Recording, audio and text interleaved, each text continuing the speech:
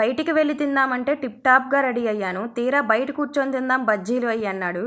రీల్స్లో చూసి నవ్వుకోవటమే కానీ రియల్గా మాత్రం కొంచెం కష్టంగా ఉందండి. అయినా మనం అడిగినా బయటికి తీసుకెళ్ళిన హస్బెండ్ మనం అడగకుండానే బయటికి వెళ్దాం అనగానే కొంచెం డౌట్ కొట్టింది.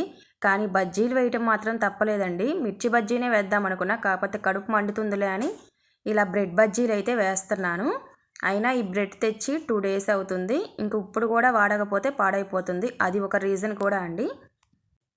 కొంచెం శనగపిండి, ఉప్పు, కారమేనండి. ఇంకా ఏం వేయాల్సిన పని లేదు. కొంచెం వాటర్ వేసుకొని మనకు బజ్జీ పిండిలాగా కలుపుకొని ఇప్పుడు బ్రెడ్ ఉంది కదా, మనకి ఏ షేప్ కావాలంటే ఆ షేప్ కట్ చేసుకోవచ్చు. నేను ట్రయాంగిల్ షేప్ అయితే కట్ చేశాను. కట్ చేసుకున్న తర్వాత అలా ఆయిల్ వేడవ్వగానే వేసుకోవటమేనండి. సింపుల్ 2 minutesలో వేగిపోతుందండి. అయితే దగ్గరుండి వేయించుకోవాలి. చూశారు కదా ఎంత టేస్ట్గా ఉన్నాయోనో. ఉట్టి కంటే ఇట్లా టమాటా సాస్లో పెట్టుకొని తింటే టేస్ట్ చాలా చాలా బాగుంది.